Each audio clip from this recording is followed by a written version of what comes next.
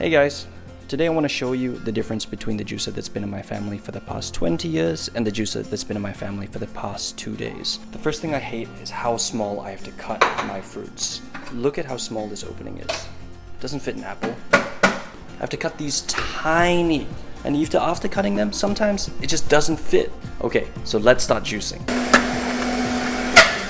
Just listen to how noisy that is, and look what a pain in the butt it is to use. Let's look at the juice.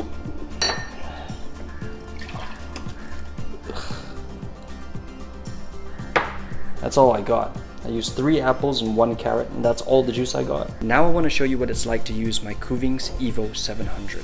First, look at how big this mouth is.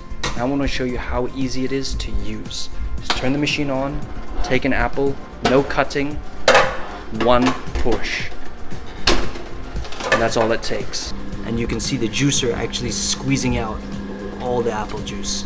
I don't need to cut them anymore. I just drop it straight into the juicer. Gonna put in my last apple. Again, 1 firm push down. So convenient, so easy. Now I want to show you my favorite part. Okay, now that I'm done with juicing, look at how much juice I get.